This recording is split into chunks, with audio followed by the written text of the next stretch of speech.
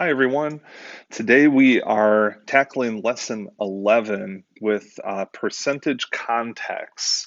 And that's going to be looking at a lot of examples that are very real world, real life kind of situations. I really like the examples that we do today. They're very practical, and they might be some things you're not quite familiar with, but are certainly going to come across in your lifetime, and they're great to know about. This is very important math to understand because talking about percentages is a huge part of finances, and just understanding that the difference in a percentage, 1%, can mean thousands of dollars depending on what we're really talking about. So if you save 1% on a car purchase, that's a pretty significant amount of money, and the same for buying a house. So let's dig into some of the problems. We only have a few more lessons to do in Unit 4 here with percentages. And so just a quick reminder, we'll be finishing that up right before the Thanksgiving break and should have a final quiz on Unit 4 when we come back. I think December 1st is what that's looking like. Let's take a look at today's learning goals. First, we're going to understand and solve questions about commission, interest, markups, and discounts. And you have a nice graphic on the top of your handout explaining what each of those are if you're not familiar. We're going to find percentage increases and decreases and know when we know the original amount and the new amount. So we'll use those things to find that percent like we were doing yesterday. And we should be able to find unknown percentages, and one of our problems today is about that as well. Let's take a look at the graphic at the top of your page. It may have copied a little dark, so if you're missing these labels off to the side, would you please add those now so that you know what we're talking about here today? Now, a lot of these are hopefully familiar to you. I think probably most of you understand what sales tax is, but it talks through two different things with sales tax. So where's the money going when you pay sales tax? That goes to the government. And then how it works, it's added on to the price of the item. And I'm sure you've experienced when you go to the store and buy, say, a $20 item, you don't actually pay $20 when you get to the register because of the sales tax and that percentage being added on to the price of the item. Now, the others you may not be quite as familiar with. Gratuity is just a fancy word for saying tip, like you would tip a server, you would tip a hairstylist or something. Interest is the amount given to a lender. So you'd pay interest to borrow money from, say, a bank, but you also can gain interest if you were to save your money with a bank and the bank were to save money for you, they would give you back a little bit of interest. Marking up is when a company, a store adds on to the price of an item, and a markdown is a discount where they're taking part of the cost of the item away. Then commission might be new to you, but that is something that is paid to people that sell items for a job. So their incentive to sell those items is that they get a part of what they're selling you. So if they sell you a car, they'll get a percentage of that car's sale price back on their paycheck, which encourages them to sell more cars, obviously. Now, let's look at some of the situations that deal with these different words. Please keep referring back to this table. And then, of course, it's describing how it works. So it tells you that it's adding on to the price, adding, or it could be taking away from the price as well. Let's take a look. For the first example, we're talking about a car dealership. It says a car dealership pays a wholesale price. Now, a wholesale price is what the dealership pays the factory, basically the car company, in order to get the car. So they pay a wholesale price to the factory of $12,000 to purchase the vehicle. Now, of course, being a car dealership, they want to make some money too, so they're going to raise the price of the car. And it says the car dealership wants to make a 32% profit. So they're going to take this price of the car that they paid, the $12,000, they're going to raise the price 32%, and that is the price they're going to put across the windshield and try to sell to a customer. So the first question says, by how much will they mark up the price of the vehicle? We need to find what 32% of this purchase price is. A couple of things to remember. Remember, 32% is not the same as 32. 32% is 32 per 100. If you think of it this way, it's every $100, there's $32 that we're considering here. So for every $100 of this vehicle, an extra $32 is going to be added on by the car dealership to that price. Now, more commonly, we would write that as a decimal. 32 hundredths is written as 32 hundredths here, 0.32.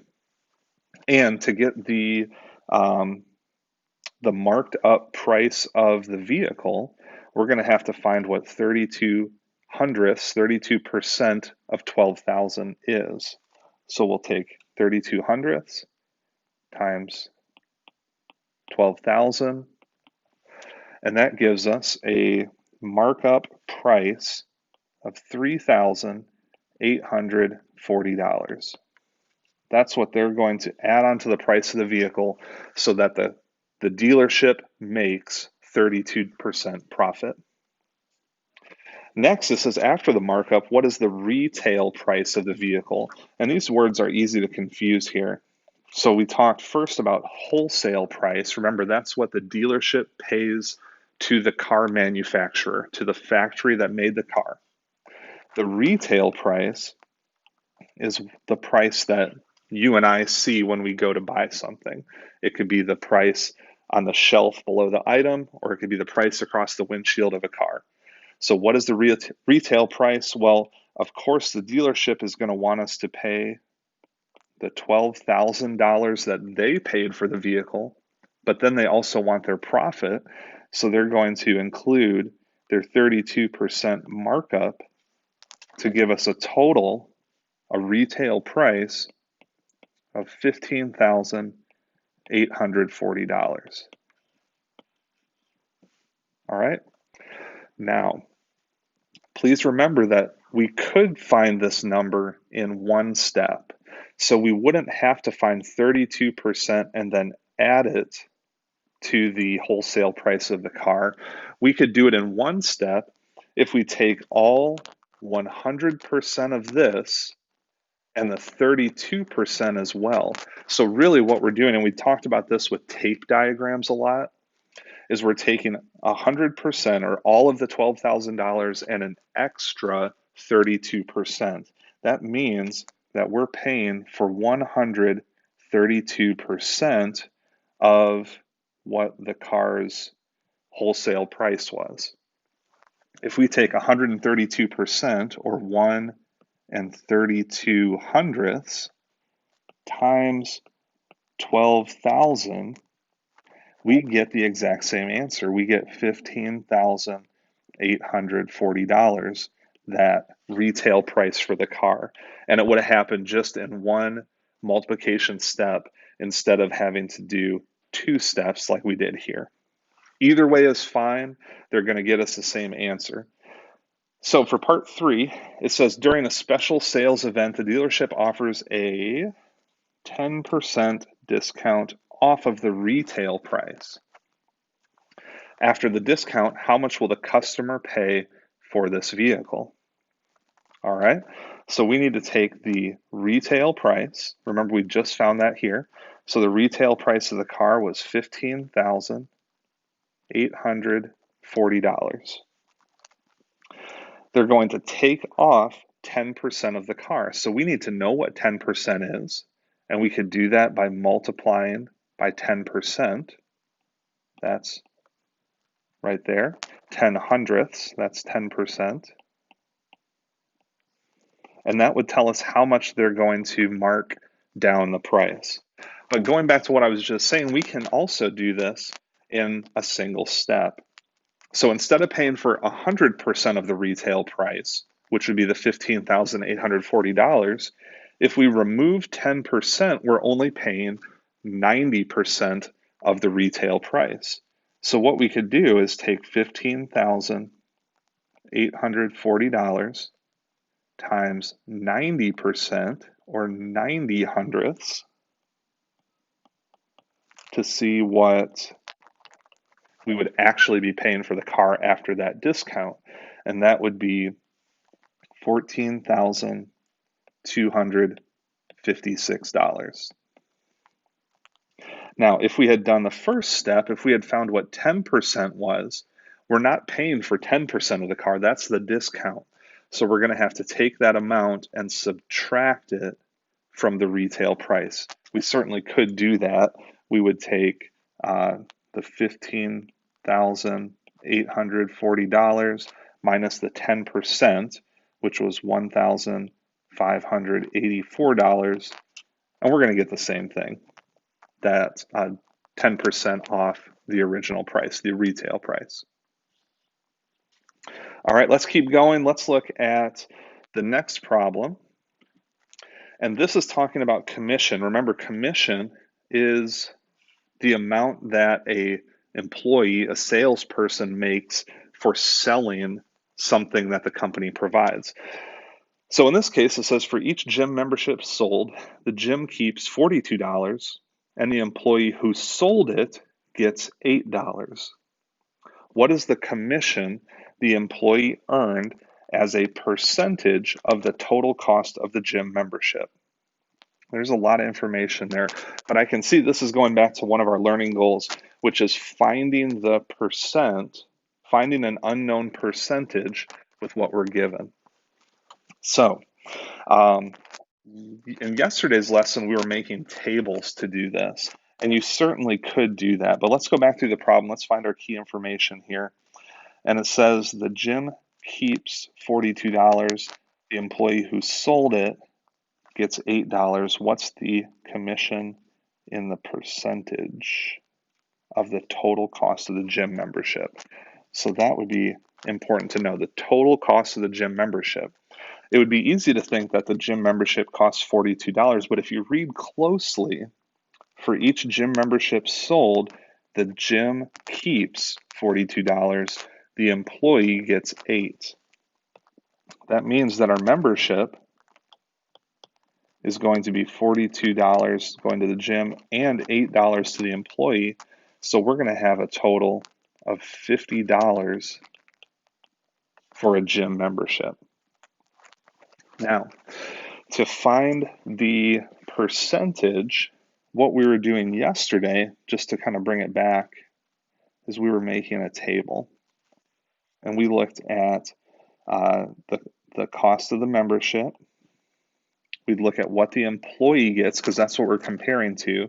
We're finding the percentage of the total cost of the gym membership, which would be $8. And then remember, our constant of proportionality in this proportional relationship is equivalent to our percentage. So what can we multiply 50 by to get 8?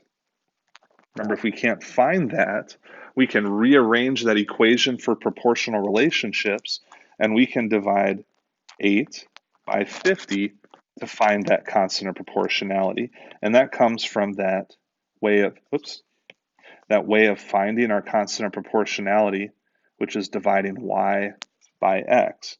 Here's our y value and our x value. So let's do that. Let's divide 8 by 50. Remember, this is the amount the employee gets. This is the cost of the membership, and that's what we're trying to find here. It says, what's the commission the employee earned as a percentage of the total cost of the membership? So we'll divide 8 by 50 to get 16 hundredths. Now we have to give our answer as a percentage. So let's turn that into a percentage. If this is 16 hundredths, that's 16 hundredths, which is also 16 16% is going to be the commission rate for the gym employee. Let's look at part two. If an employee sells a family pass for $135, what is the amount of the commission they get to keep? All right. Basically, we're going to extend that table that we created before, which was taking a $50 membership and giving $8 back to the employee. Now we're taking a $135 membership and finding the amount that the employee would get. It's going to have the same constant of proportionality. It's going to have the same commission percentage rate here. So if we were multiplying 50 times 16%, we need to do the same here. So we're going to multiply by 16%. Again, that's 16 hundredths. And that's going to give us a commission of $21.60. Remember, if we wanted to go the other direction in our proportional relationship, we'd have to divide. So we would just divide by 16 hundredths to make that work. All right, now, before we go on, there's some more practice on the back of your sheet that I want you to take a look at. And you see kind of an answer bank here at the top of the page. I want you to answer the first two questions. The first one is asking how much a chair is now after a 9% discount of the price. So we calculate that. And then answer the second question using the answers from the answer bank here on top. Then we'll unpause the video and you can continue hearing the explanation and looking at the rest of the questions. So for the first question, a furniture store had a chair that cost $47. After a few months, the owner took 9% off the price. How much is the chair now? We would take the cost of the chair, and if you wanted to, you could multiply by 9%. That's right there, 9%. Oops, 9% would be 9 hundredths. So we can multiply by that, but there's going to be another step here. We're going to have to, since it's a discount, we're going to have to subtract our answer back from 47, the original cost of the chair. We can do that, and that would work, or we do it in one step. In one step, we would take $47, the price of the chair.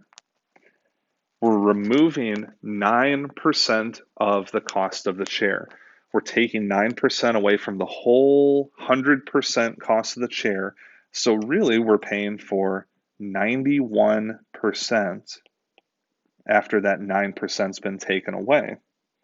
91% is 91 hundredths, and that's going to equal $42.77. All right, so we've got that answer here in the answer bank. Now let's look at question two. A small bag of flour weighs 30 ounces. A large bag was 10% heavier. How much does a large bag weigh? I'm going to show you both ways of solving this, just because some might prefer one way over the other. It doesn't matter which way you use, it's just preference. So let's take the 30 ounces of flour. So a small bag weighed 30 ounces, a large bag was 10% heavier, so we're increasing by 10%. Now we can find 10%, or 10 hundredths, by multiplying those. Now really that's just moving the decimal place. We're getting 1/10 of the size of this number. So 30, 1/10 of that is 3, so I don't need a calculator to find that. And I'm going to add that because we're getting heavier. I'm going to add that back to the original amount, which was 30 ounces. So my answer would be 33 ounces. If I wanted to do that in one step, I'd take 30 times the now new size of the bag of flour. So it's going to be all 100% of the 30 ounces and an extra 10%. So really that's 110%, or 1 and 10 hundredths. I multiply by that, and I would still get an answer of 33 just without having to add them together at the end. Either way is a great way to answer that question, and there would be our answer from the bank. Now, would you please take a look at 3 through 10, solve those problems, make sure to cross off those answers from the word bank, and it does say in the directions to round your answer to the nearest hundredth, because we're talking about money, I think, in just about all these situations, and that's what we can pay in our money system. Check those over, check the answer bank at the end after you've done those rest of those questions. And then please flip over to your practice problems and join me on Zoom with the questions that you have. Everybody have a great day.